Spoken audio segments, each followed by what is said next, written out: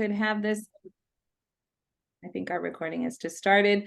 Thanks again for joining, everybody. I'm really glad we could do this event, looking at progress and challenges in a wider IDP agenda, taking kind of a broad and case study level look, and we have a fantastic panel.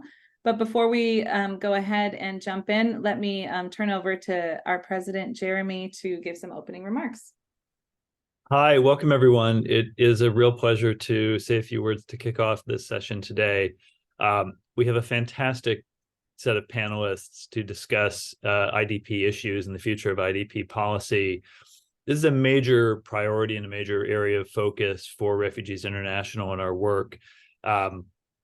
So many of the humanitarian crises that are the focus of our advocacy are IDP crises or have IDP components to them. And just looking at the work we've done this year, from Sudan to Gaza to Somalia and many other places, we see many different forms of internal displacement crises and the challenges that continue to arise.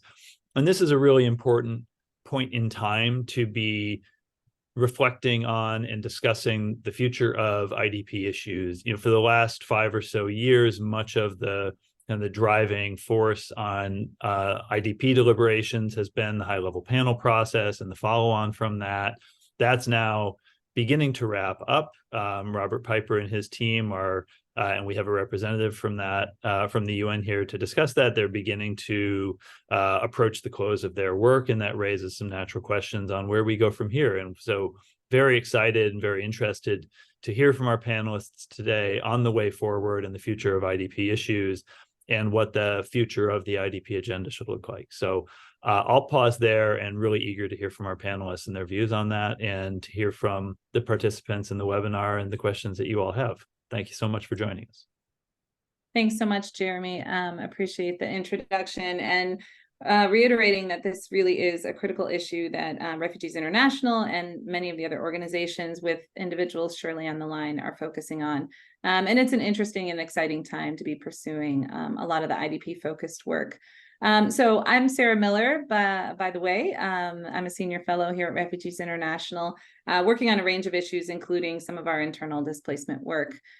So what we'd like to do for the next little chunk of time, I'll give a very brief kind of scene setting, few highlights that have come out in our research, and then would like to introduce our panelists and hear more of their perspectives, again, covering kind of a global approach and down to some specific case studies. A very brief note also on participation, and I hope we do have a range of listeners from across the world. I know in some places it's quite late and it's still morning here in Washington, D.C.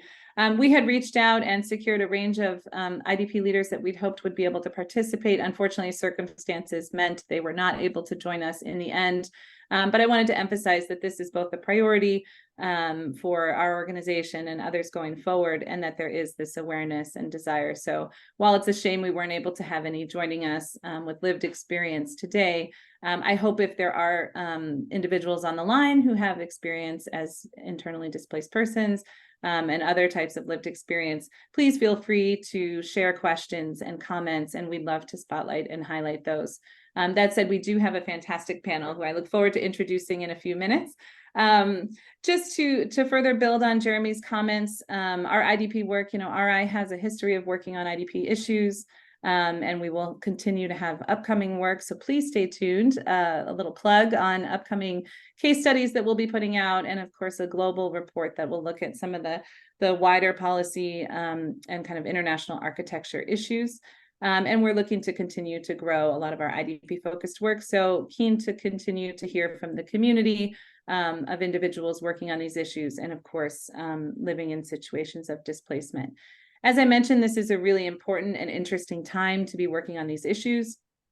Broadly speaking, IDPs have tended to receive ad hoc responses among the aid and development community. Of course, there have been efforts to improve coordination and responses, but by comparison to refugees and other groups, they tend to receive less funding, less attention, less systematic responses. And so, of course, there have been a range of efforts that we've seen over the years to improve protection and assistance and other types of responses to IDP situations, but there's still a long ways to go.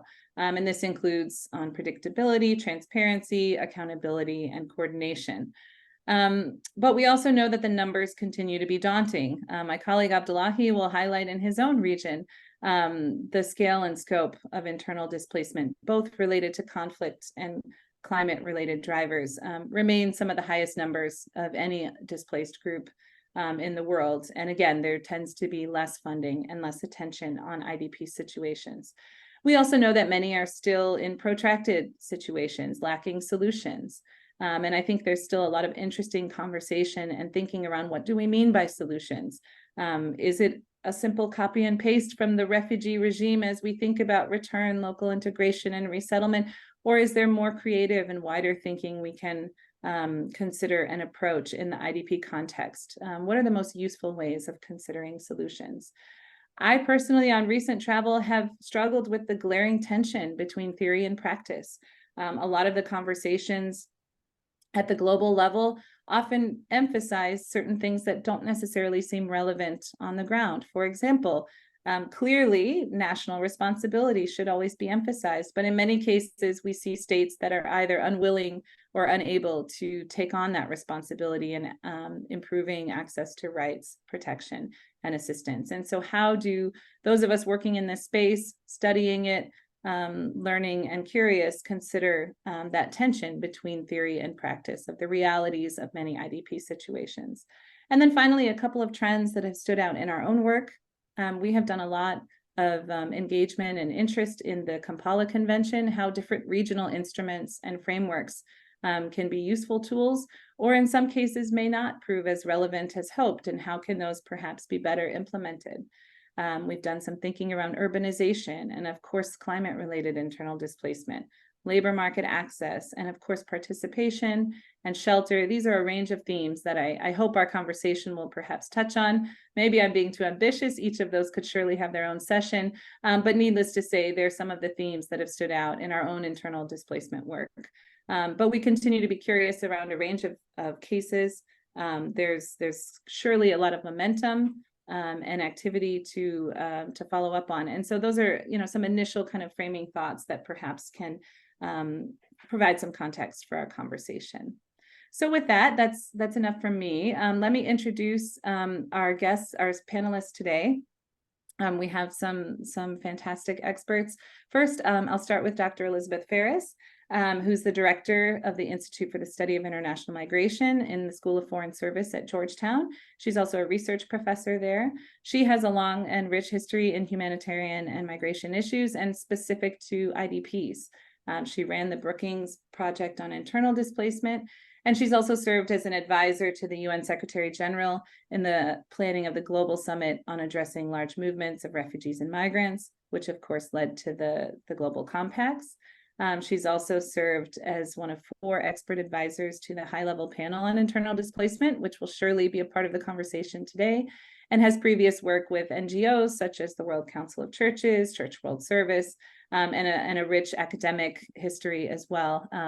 We could spend the whole session just covering some of Beth's contributions and publications, but I'll also move on to William Shamali, who is joining us from Geneva. Thank you so much, William, for taking the time later in the day. He's a senior advisor with the UN, the Office of the Special Advisor, Robert Piper. So he is up close and personal to many of the topics and debates that we're looking at today. He's also a visiting fellow at Tufts and served as the Global Protection Cluster Coordinator and has worked with UNHCR as a senior policy advisor.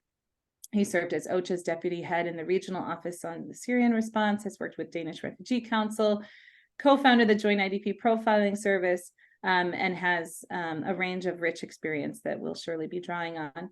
And then last but not least is my colleague Abdullahi Halake, who is the senior advocate here at Refugees International, focusing on the East, the Horn, and Southern Africa. He has a rich history as well, working as both a journalist and with a range of NGOs, including IRC, International Crisis Group, Amnesty, and journalist accolades as well with BBC, CNN International, Al Jazeera. He's appeared on many different outlets with his expertise and focuses largely on countries including Kenya, Somalia, Uganda, Ethiopia, Tanzania, Cameroon, Niger, Chad. he has a rich history as well in this space. So I'm looking forward to a conversation over the next 30 or so minutes, and then we will open up to questions and comments. So those of you listening, please feel free to start thinking about questions you have for the group, and you can post those using the Q&A or the comment function here in Zoom. With that, I think I will start. William, I was hoping you could perhaps take the first opportunity to sort of set the landscape and perhaps highlight some of the priorities that are rising to the top in your work right now with the special advisor, especially considering the recent objectives of the high-level panel, the action agenda, and of course now the special advisor. So maybe you could highlight some of the key issues and priorities. Thank you. Yeah, thanks, Sarah, and good to see Liz and Jeremy. Good to see you again. It's quite daunting to be speaking about this when both Liz and Jeremy, who triggered much of this work in your current and previous functions, to kind of speak about it. But I think there has been a major effort in the last 10, 15 years to have this focus on internal displacement.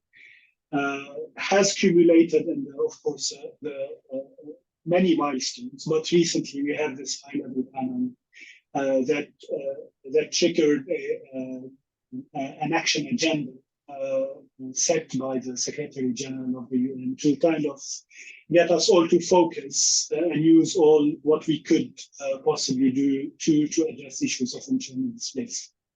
This action agenda is broad in a sense of it looks at prevention, response, solutions, but it's also narrow because it's largely focused on UN reforms. So it ignores, in a decisive way, I think the point was to get the UN to do its job properly, but it has to take into account that the majority of the work that is being done is the UN when it comes to internal displacement.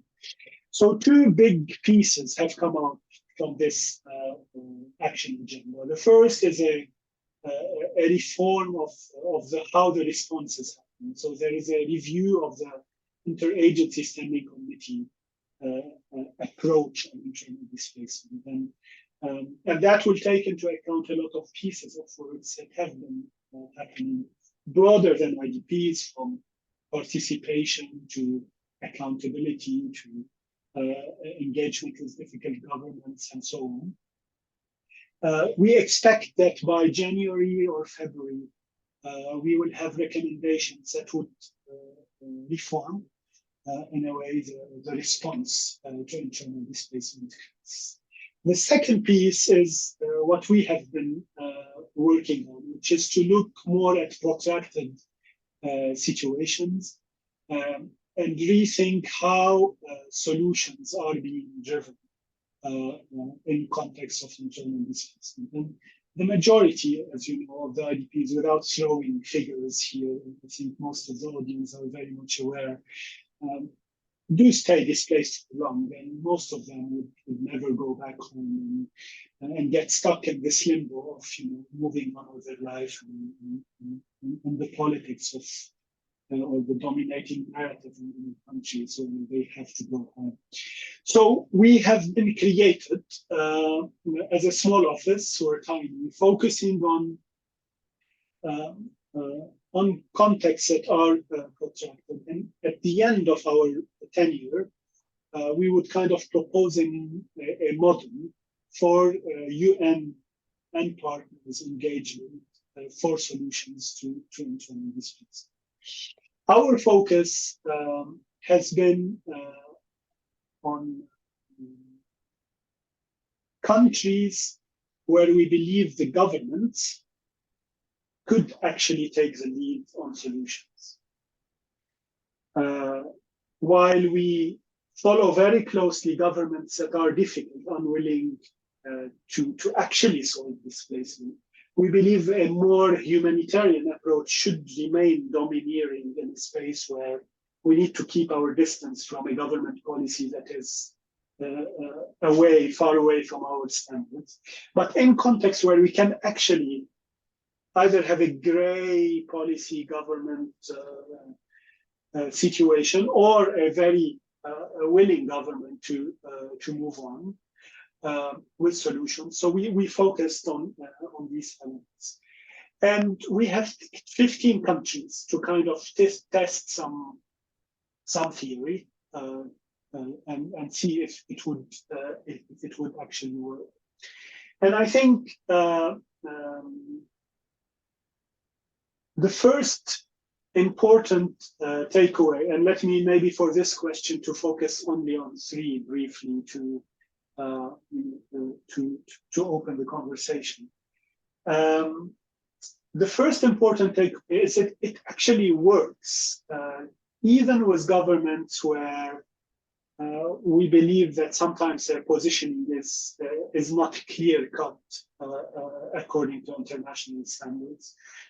In places like Ethiopia, like Nigeria, like Iraq, where the starting point has been, and I come from a protection background, is like, okay, are we really gonna push for the government to fully take the lead on this? It kind of ached every bone in my body. But with dedicated effort, and here is the message, with real dedicated effort of advocacy, with the right gravitas, with the right politics, with the right alliances building, with speaking with the right ministries within the government, a lot of progress can happen. And we have very concrete examples even within a year. So it works, but the problem is IDP solutions is never the priority of anyone. It's not the priority of the resident coordinators. It's not the priority of operational agencies. It's not the priority of the media or the donors in the country. But it's always cross-cutting with their priorities. And this is the beauty of it. If we can kind of hammer on that point where they can see the interest, whoever that is, then I think we can create enough momentum to make it a political priority and put it on the Council of Ministers or whatever element there. So first lesson or first thing on my mind for today, it's very hard to put it on the table in a very meaningful way with political prioritization of solutions. There are always other issues in the country that kind of dominate the scenery that are. The second big takeaway, I think, policy shifts of the government. Having the government decide to shift the policy from, let's say, a government that says only return for IDPs is the only option on the table. And they sustain that for year after year after year, in cases decades. How do we get a meaningful conversation to shift that policy? Some policies related to documentation, to access to education, to access to job markets, to freedom of movement, and so on. These conversations, these are the most important elements. And having them has traditionally been stuck with ministries that are humanitarian ministries. Ministries of related to emergency response or ministries related to refugees response, whatever they're called in different countries. And I think what we've seen, the key is to kind of have this conversation with other types of ministries as well. You can't sideline these ministries because then you kind of get stuck in internal politics. But bringing the Ministry of Finance and Housing and Economics to the table, it opens doors in very fast way. But as long as we're not sending a signal that we're kind of playing on internal politics and shifting the balance of power from one ministry to another. That's important element. So policy, real dialogue, not writing papers, real dialogue to shift the policy in a country and shift the narrative and shift the media attention and get the communities really get options that are real is the second most important thing. And the third is what I would call solution safeguards. Sometimes when the window of solutions open up, we in the UN were too much on hurry. We kind of, let's go, go, go.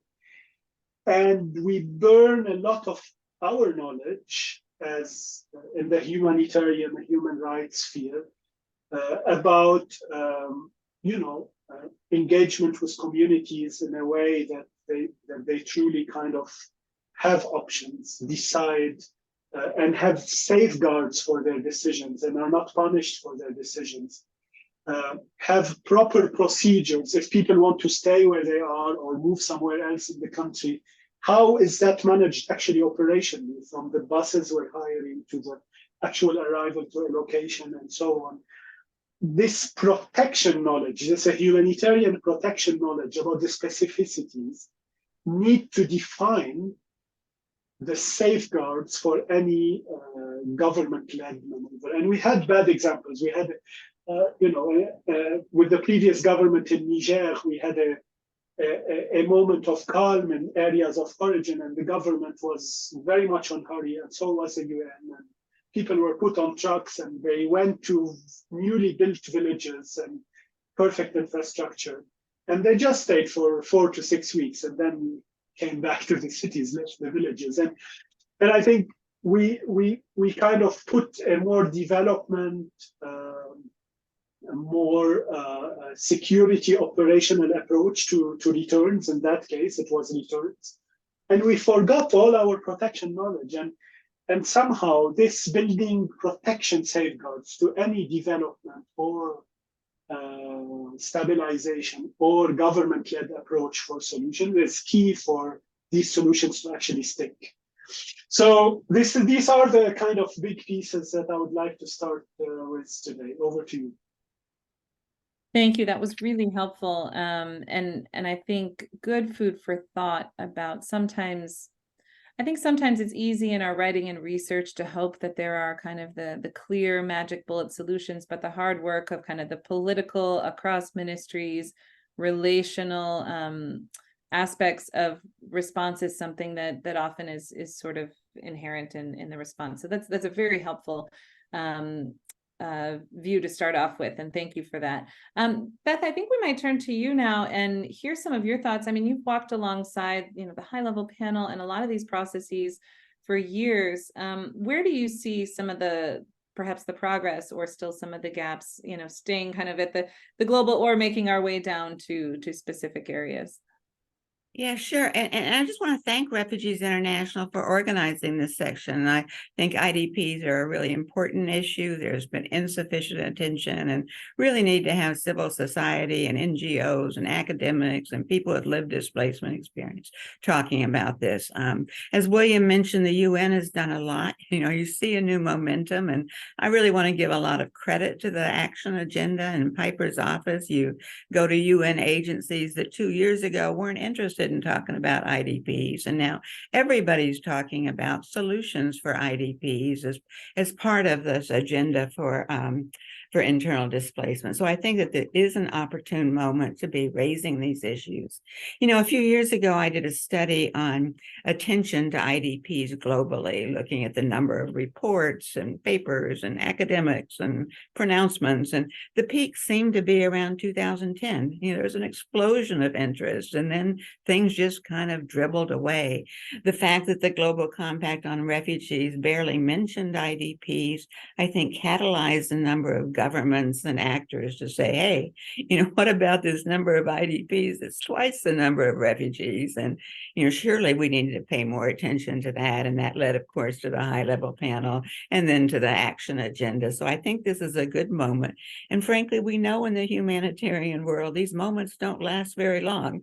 We tend to pay a lot of attention to issues and then the next year or two move on to the next issue. So this is a good time to be raising the issues and to really pushing for change, as Sarah said, not just change in our statements and documents, but on the realities on the ground, which is where I would put the energy and the investment into looking at solutions from that perspective.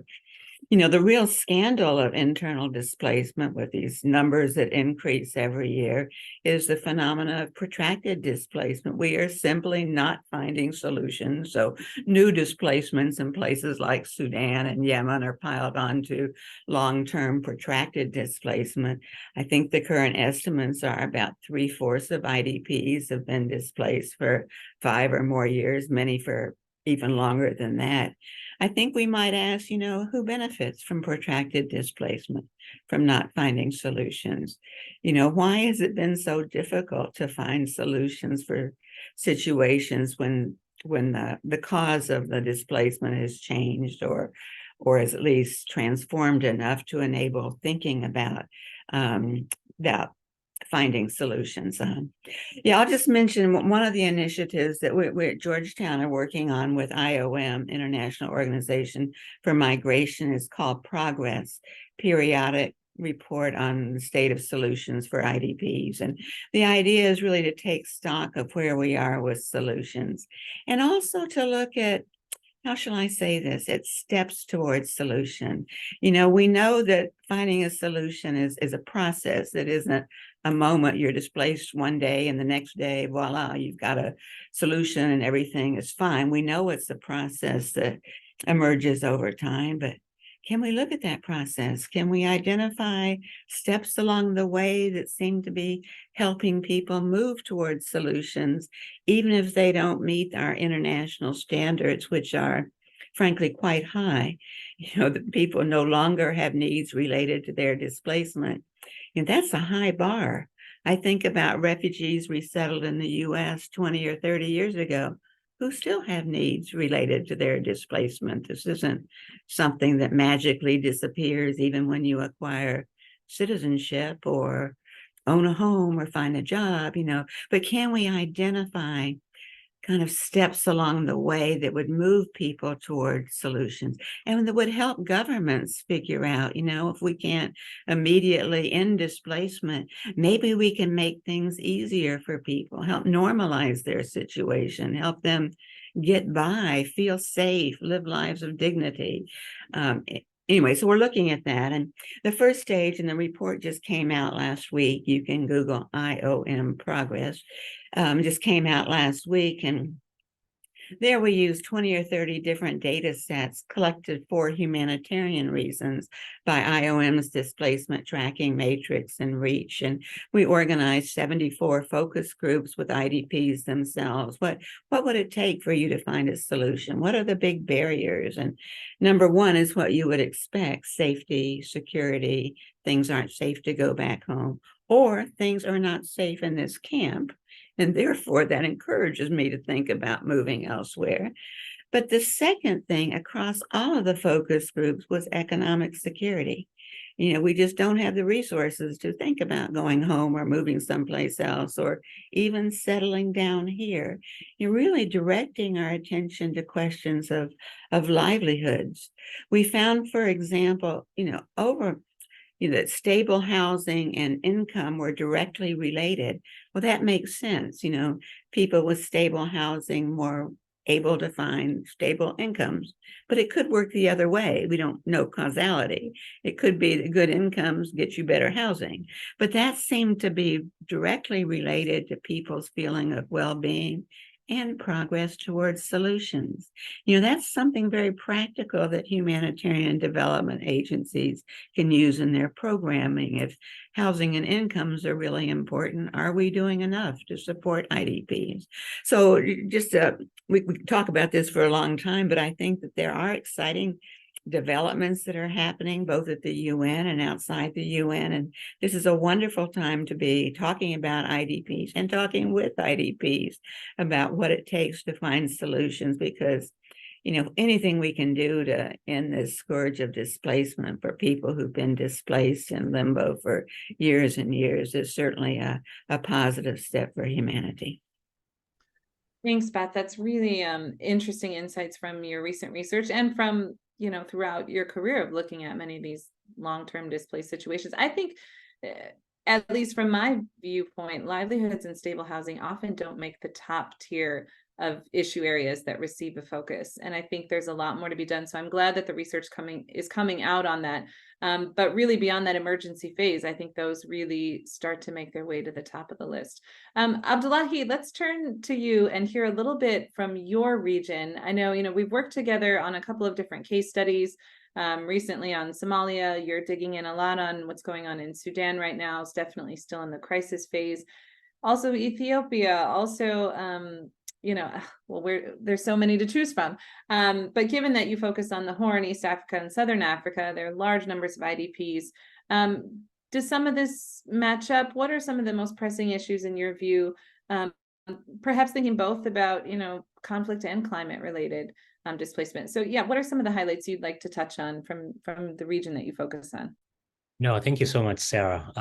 It's always daunting to come after, heavyweight panelists, but I will try. But I think one way of doing that is taking two issues that William has raised and Beth have raised, each one, and then probably use that as a launching pad. One is the question that William raised about localization. I think it's sometimes we get caught up in some of these big ideas, big policy changes. But when a lot of the time, what you really ought to figure out when you are in a policy entrepreneur is the inner working of some of those government departments and ministries.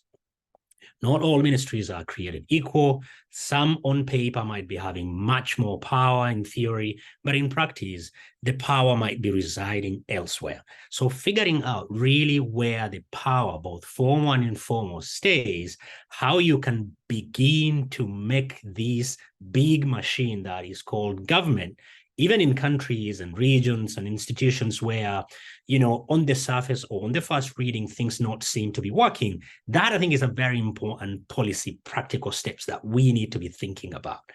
Beth, I think I cannot emphasize about the policy media attention or deficit as a tool for moving things, right? I think that link and that space tends to be very limited. Because there are other external issues that will consume people's minutes. It's not just largely newspapers now. There are other means of ways that people can get attention. And I think as people in this space that are looking for solutions in a space where solutions are really hard to come by, right? I mean, we are scratching the bottom of the barrel to figure out, hey, this might work, all right? Because we are in a space where if you look at the big IDP solutions, we've not moved the needle. But there are opportunities because a lot of the time, we do not latch on the opportunities that are presented to us. And also sometimes we keep on asking the same questions rather asking different questions. So I think that is what I want to point out. There are two other things that I really would want to speak about. I think the question around the data. I mean, I just want to throw out, not to kill people by data, but just to show the sheer number of IDPs. We are talking about, Sudan, 3.8, almost 4 million people have been internally displaced. You're looking at Ethiopia, 4.4 million people have been displaced. In the DRC, we've got 6.1 million people have been displaced. In Somalia, almost 3 million. In South Sudan, almost 2-point-something million. So these numbers should not numb us, but should provide us with an opportunity to think that this is not something that will go away because of what Beth has described as being a protracted situation. These files are not going to change overnight because we are expecting magic in these spaces and other spaces, and that magic is not there. This all requires heavyweight lifting. If you combine all these numbers and probably superimpose on the number of refugees, you can be creating a massive, massive country or sets of countries. So it's not something that we can afford to ignore. The second one is the question around the normative standards. The normative standards, again, it's not something easy, it's boring, it's legalistic, it's bureaucratic, but that wheel is churning. Whether it's around the UN, whether it's the Kampala Convention, the first binding regional framework that in theory, at least in paper, but they need to be given a force to really work, is out there. Some of the issues that we are discussing, the question around housing, property and land rights, linking to what Beth has mentioned around the question of lives and livelihood, are all embedded there. But the key question really is, how can we operationalize that? Whether, because this is a regional convention, how can we make it work in one country and then show other countries that, look, here is the proof of the concept that it can actually transform people's lives and livelihood. Can we do it? Can we show it in a region where we've got IDPs and then show to the national government, hey, listen, this can work. To the multilateral and bilateral banks, World Bank and others, and African Development Bank, we can show proof of concept that these actually work. I'll say one and then another, and then I'll hand it over. I think it's the question around durable solutions. The way it's framed in IDP and refugee, it tends to be more or less around three buckets. One is the return, reintegration, and then people moving to another part of the country that is similar and they are comfortable with it, with their consent and all that kind of stuff. I think one way of thinking through this is the question of, area-based programming and combine that with housing, land, and property rights. Give two examples, one in Sudan and one in South Sudan, and Somalia, to drive this point home. I think the displacement character for many of these files is such that because of the urgency and the severity and the frequency of the climate consequences, people are moving away from rural areas into urban areas. We met people in South Sudan being displaced from Sudan because of the conflict. They come and they are, near the border town of between Sudan and South Sudan, and you ask them, where do you want to go? They say, look, I'm going to Juba. Juba, it's just like a huge IDP camp to begin with. And you've got close to 800,000 South Sudanese in Sudan before the conflict. Majority of you ask, they want to go back. You ask them why, two things always comes up. One is the question of, there are opportunities in Juba. Despite it being very difficult, they say, I probably will have an opportunity, a second chance in life. The second one is, many of these people who have been displaced, the places that they have been displaced from are either flooded or B, their properties have been taken over. In the case of South Sudan, they do not have a really robust land law. The law is stuck in parliament. It hasn't been passed. So somebody has taken over your property and there is nothing you can do about it. Absence of the government intervening, and the government doesn't have the stomach and the time and the resources to be able to do that. The second one is the Somalia case, right? Because of climate change again, right? Similar to South Sudan, flooding. In this case of Somalia, until a couple of weeks ago, it was drought. And so people have moved from rural areas where their mode of livelihood is predominantly pastoralist. Most of your livestock are dead. You cannot just sit on your hand as a parent, as a family, as a community, and expect for miracles. People move into IDP in urban areas. So what that creates is an overlay of many problems already, because of the lack of proper functioning of the state to dispense the public goods, housing, health, education, you name it. And now you have people who have come into some of these camps. I just want to share one anecdote. And somebody said, the way even the people displace themselves, or they are being displaced, people make strategic choices. So the husbands are left at home, so that their property is not taken over, including land and others and whatever livestock that they're left with, and mothers come in. But again,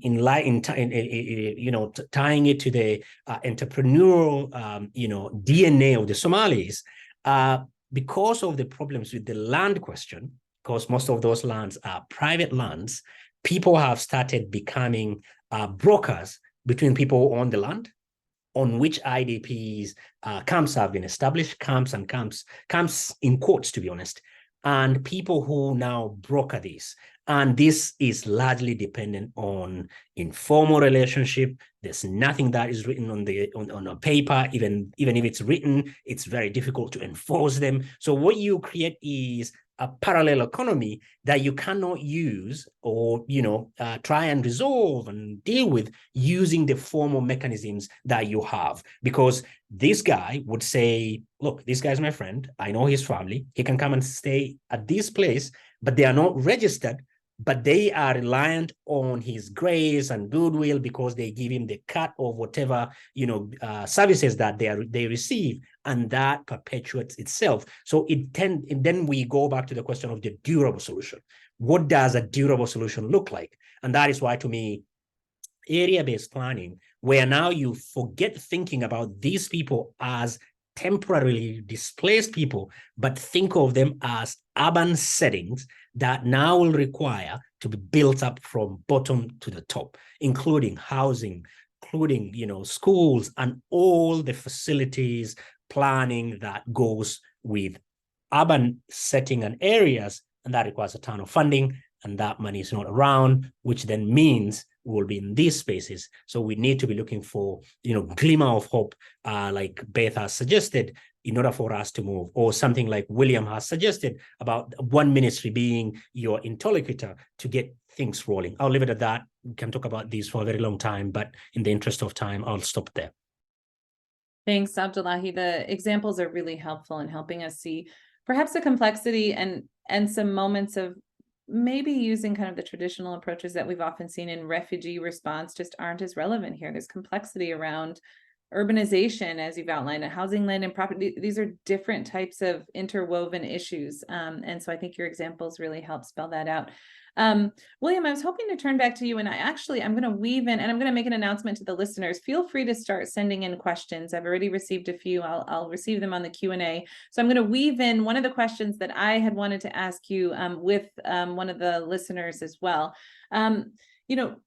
Looking specifically at the UN, we know that there's, of course, a wider range of stakeholders and actors to focus on. But since you're very close to what's being considered and pushed and new approaches in the UN, what types of changes, what would you like to see from the UN and IDP response? A lot of people bring up IOM, UNHCR tensions and who should take leadership, RCHC leadership. There's lots of different ideas and themes that have been kicked around. I'm going to piggyback one of the questions we've received from Jeff Drumcha, which I think relates as well. He writes, in past years, to what extent has UNHCR finally embraced the IDP responsibilities that the UN humanitarian coordination system has assigned to it? Can you give examples, positive or negative? So I think I'm bundling those questions together, which perhaps will enable you to speak a little bit about the UN in particular and what type of response you think you'd like to see or changes that you all are considering pushing for. Thanks. Thanks, and good to hear from Jeff. It's many, many years. I think the main thing to focus on is that there needs to be in every operation a moment of shifting the center of gravity and the type of UN agencies in the room, from an interagency standing committee, a humanitarian response center of gravity, to a development center of gravity.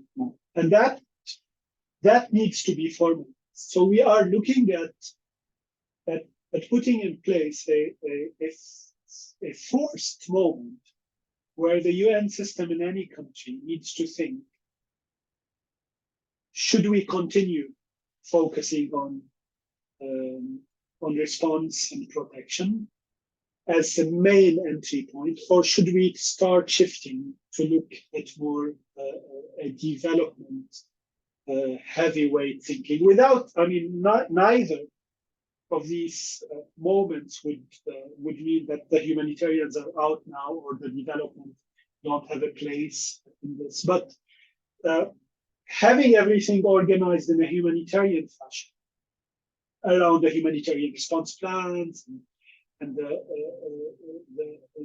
the type of investments from a humanitarian heavyweight agencies as the leading powers trying to work in internal displacement needs to shift. And we see that very clearly changes the type of discussion we're having. So if you take Iraq, for example, we have, since the fight between the Iraqi government and Daesh more than 10 years ago, we're still left with some 100,000 families that still need shelters as a primary element for them to end their disease. 100,000 families. Now, if we look at that from a humanitarian response plan perspective, that's a lot of houses to build. That's 100,000 houses. And our programs have never really been able, except in very few cases, historically, to lift this kind of numbers. But when you change the configuration of the UN agencies in the room, and you sit with ILO and UN Habitat and UNDP as the main interlocutor, as opposed to the traditional humanitarian UN agencies, the conversation shifts. For example, in that case in Iran, the development objective of the government of Iraq is to build 3 million new houses in the next 10 years. So we are struggling from a humanitarian perspective to figure out how do we build 100,000 houses while the government has plan and budget to expand 3 million houses through the Ministry of Housing, that which is the conversation we've never had access to. And I raise that example to say that sometimes just shifting the players and the logic and the counterparts in the government, having that forced moment in time where we actually ask ourselves, as UN, the hard questions of, okay, all of us want to keep our programs and so on, but to create the space for the right players to be around the table would actually open solutions in a much faster way. In Northeast Nigeria, as another example, we have 2 million displaced people that need solution. Again, if we look at it from a humanitarian perspective, it's a tall order, 2 million people, that's a lot.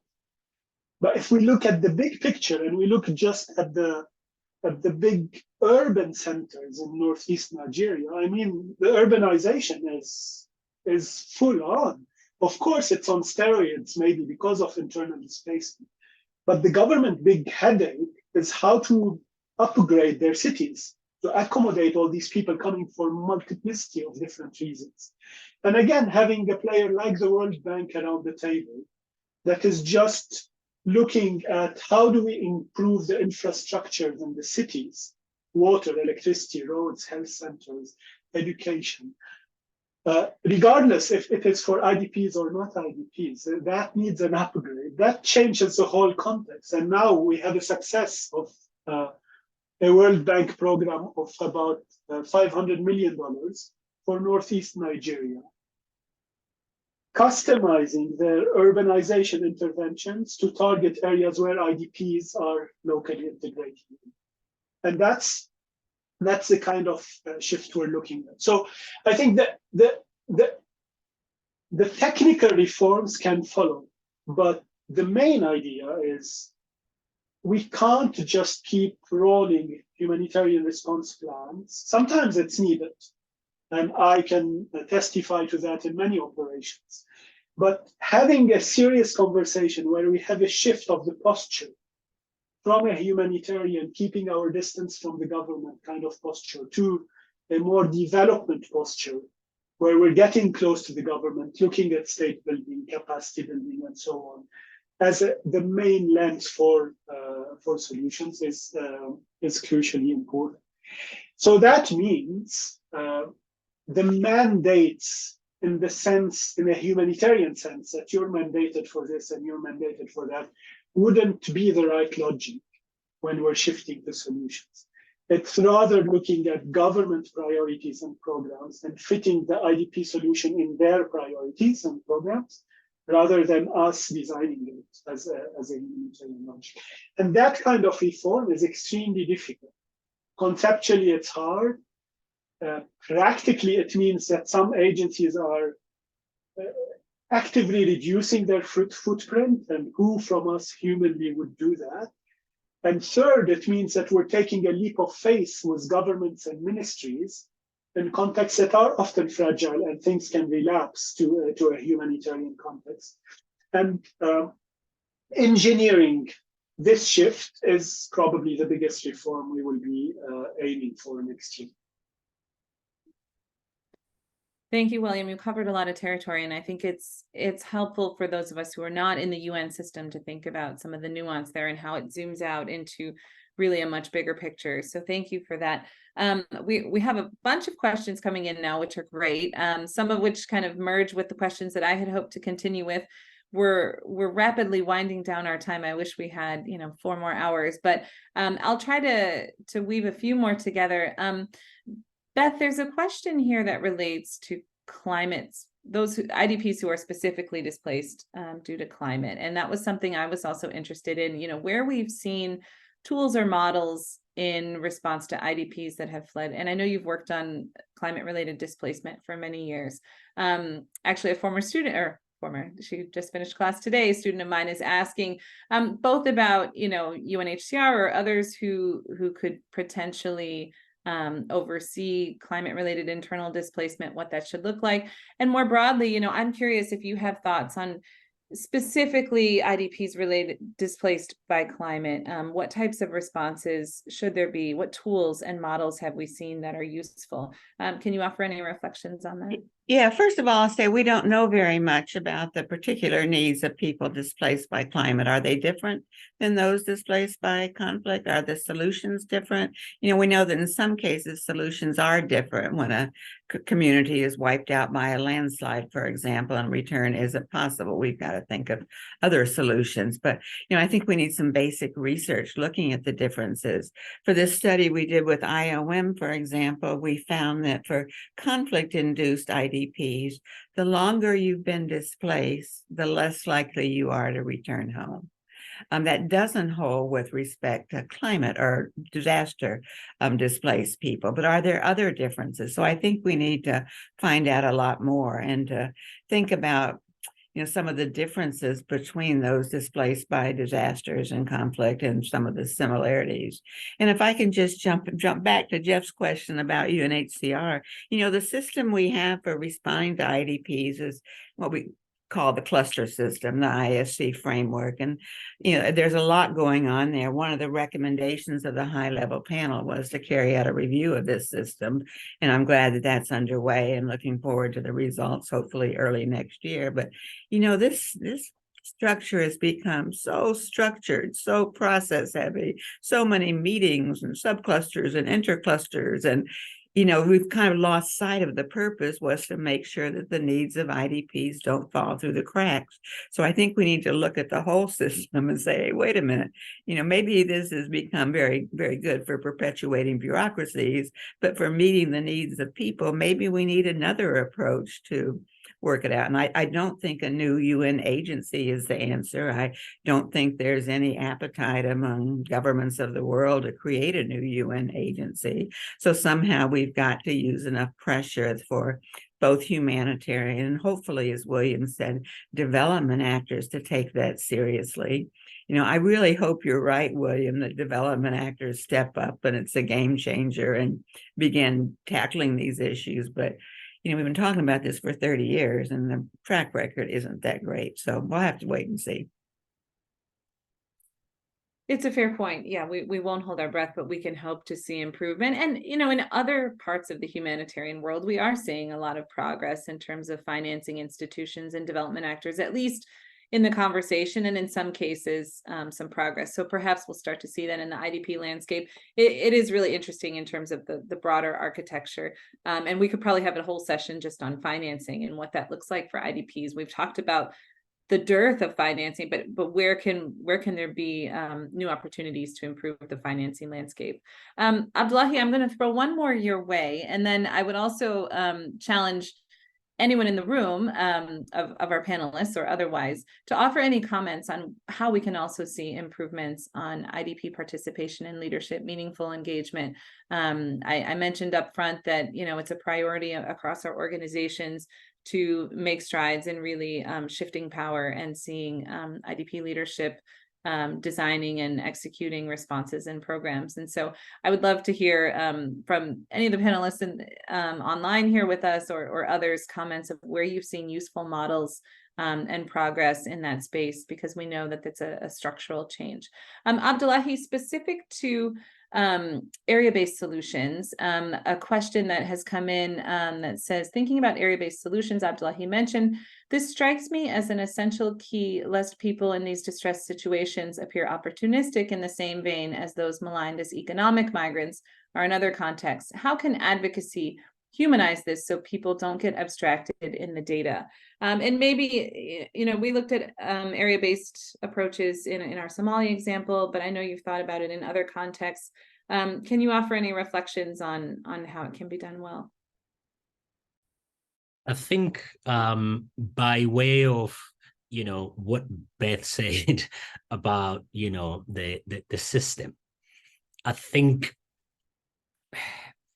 it's a cliche to say that the system is not working, but it's also there is a kernel of truth that the system is not working. The current cluster system doesn't respond to this. And I'm also in alignment with Beth regarding humanitarian development and peace nexus. I mean, sometimes you even feel dirty saying them, but we have to say them because there is some element of utility to it. I think one way of really thinking through this is having it at the national and sub-national level. For instance, cities tend to offer, because of its small size and therefore the bureaucracy and all the manner of negotiations that we need to think through, because this is, at its core, it's a technical process, but part of the journey towards the durable solution is a political process. And I think as humanitarian groups, but also even others in this space, we tend to look at politics as innately not our thing, but I think we cannot run away from it, because that is where a lot of things happen. The territoriality about, oh no, this doesn't fall within my ministry or my department or within my unit, those are the daily realities that we can't look the other way. And so for me, humanizing some of these groups is a really useful opportunity for people to know that, look, these guys are not people who do not want to work. These guys are not people who are just really, for lack of better words, a dead weight on the country and on the humanitarian aid. No. We need to see them for who they are. And as far as displacement goes, I'm glad Beth brought up the length of displacement when it comes to people who are displaced because of conflict versus other sort of displacement. The real problem for the region that I focus on is the overlaying of the same, right? You have somebody who has been displaced in Somalia for God knows the number of years. And then on top of that, now you're being displaced because of climate change. It's the same with Sudan and South Sudan, right? You've been displaced because of conflict in South Sudan. You've gone back to Sudan or elsewhere, and now you are coming back, and internally, the conflict that pushed you out is still there. On top of that, it's layered by climate change. I think figuring out how to tell the story of these people, or the stories of these people, in a way that is humane, in a way that really drives the conversation away from them being seen as people who are not contributing much. They can, if offered an opportunity.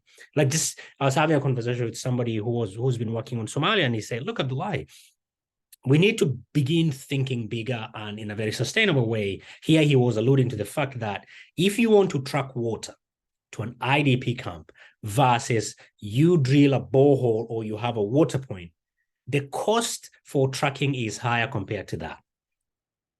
So I think we need to be asking the right questions rather than being on the same treadmill of things are not working. Yeah, because it's a very difficult problem to solve.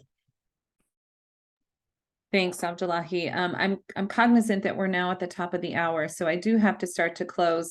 But thank you for those rich comments. Beth or William, did you have any final kind of parting thoughts you wanted to offer on all of these topics. It's been a whirlwind. I know we've tried to cover a lot, but it's also been really valuable. Any closing thoughts you wanted to share? No, but I hope you've gotten suggestions for a few more events to follow up some of these issues. It would be great. I think we will definitely have some follow-up events. It's clear there's a lot more to discuss. And perhaps we'll, focus in on regional or thematic areas, and this opportunity to start at the global take was a good kicking off point. William, any closing thoughts? Thanks for joining us. Thanks. This was good. Keep it up. I think keeping the attention is key when it comes to IDPs. And the humanitarian needs of IDPs are always urgent, and the solutions for IDPs are always impatient. We should seize the moment when the windows of solutions open up, because they don't remain open forever. So keep up the pressure and the attention. It's very good. Thank you so much. And thank you to the panelists for joining. Thank you for everyone who listened. There's a lot more conversation to be had. I'm sure you'll be hearing from us again, and the recording will be available online to those who want to share it and listen again. Thank you again, and wishing you all a great day.